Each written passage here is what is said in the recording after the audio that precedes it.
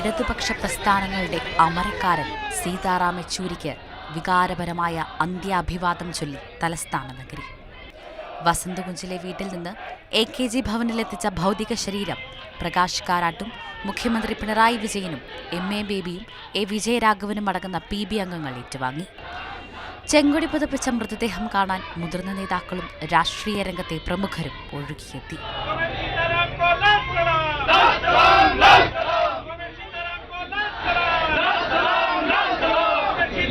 Congress parliamentary party നേതാവ് സോണിയാഗാന്ധി, രാജസ്ഥാൻ മുൻ മുഖ്യമന്ത്രി അശോക് ഗെഹ്ലോട്ട്, സമാജ്വാദി പാർട്ടി നേതാവ് അഖിലേഷ് യാദവ്, ആം ആദ്മി പാർട്ടി നേതാവ് മനീഷ് സിസോദിയ, മന്ത്രി ഗോപാൽ റായ്, തമിഴ്നാട് DMK നേതാവും മന്ത്രിയുമായ ഉദയനിധി സ്റ്റാലിൻ, ദയാനിധി മാരൻ, കനിമൊഴി, ജയറാം രമേശ്, കപിൽ സിബൽ തുടങ്ങിയ പ്രമുഖർ പുഷ്പചക്രമർപ്പിച്ചു.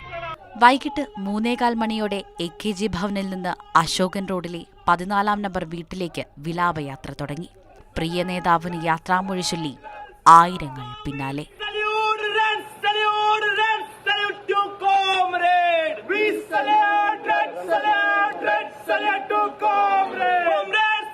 കൊൽക്കത്തയിൽ നിന്ന് ഡൽഹിയിലേക്ക് മാറ്റിയപ്പോൾ പാർട്ടി ആസ്ഥാനമായി പ്രവർത്തിച്ചിരുന്നത് ഇവിടെയാണ്. സീതാറാം യെച്ചൂരി ആദ്യമായി കേന്ദ്ര കമ്മിറ്റിയിലെത്തിയതും ആ സമയത്താണ്. അശോക റോഡിൽ വെച്ച് മൃതദേഹം എയിംസിലേക്ക് കൊണ്ടുപോയി. അനാട്ടമി വകുപ്പിനാണ് യെച്ചൂരിയുടെ ഭൗതിക ശരീരം കൈമാറിയത്. അദ്ദേഹത്തിന്റെ ആഗ്രഹപ്രകാരം ഇതിന് അനുമതി നൽകി യെച്ചൂരിയുടെ ഭാര്യ സീമ സമ്മതപത്രം നൽകി. കേരളത്തിൽ നിന്നുള്ള കേന്ദ്ര കമ്മിറ്റി അംഗങ്ങൾ സംസ്ഥാന സെക്രട്ടറി MV ഗോവിന്ദന്റെ നേതൃത്വത്തിൽ അഭിവാദ്യങ്ങൾ അർപ്പിച്ചു.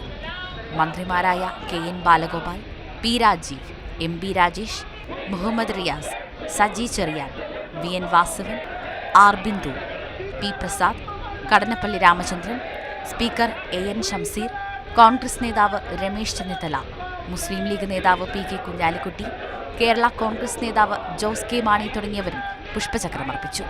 മാതൃഭൂമി ന്യൂസ്, ഡൽഹി.